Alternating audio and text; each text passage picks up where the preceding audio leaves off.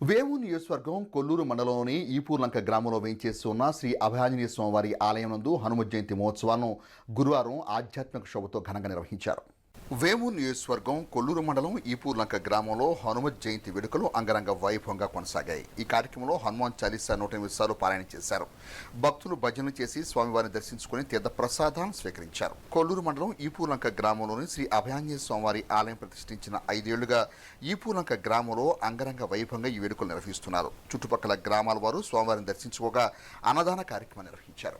తలతురవుబనిని తను వియోగ దశ ఇలనాతని భజించుడి.